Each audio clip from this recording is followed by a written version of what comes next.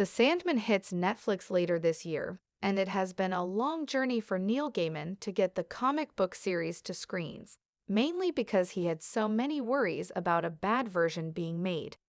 Speaking about the hurdles faced in adapting The Sandman, Gaiman compared his fears to the fate that befell Howard the Duck, a Marvel comic book character whose movie debut destroyed his reputation for decades.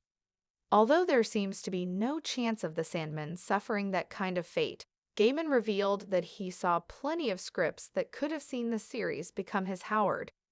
Gaiman told Total Film,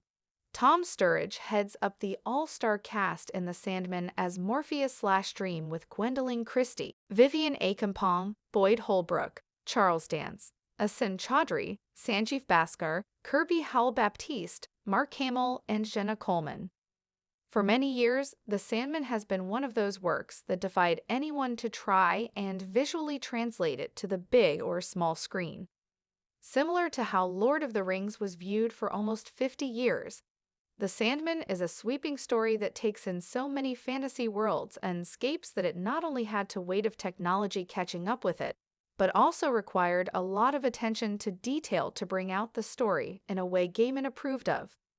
Over the years, there has been a movie version discussed at Warner Bros., another attempt at a film that didn't make it past a script that Gaiman described as the worst script I've ever read, and even a script by the boys' Eric Kripp, which Gaiman dismissed due to the direction it took the material. However, all of those failed attempts have ultimately led to this moment, when The Sandman is almost ready to make its debut on Netflix as a multi-million-dollar series.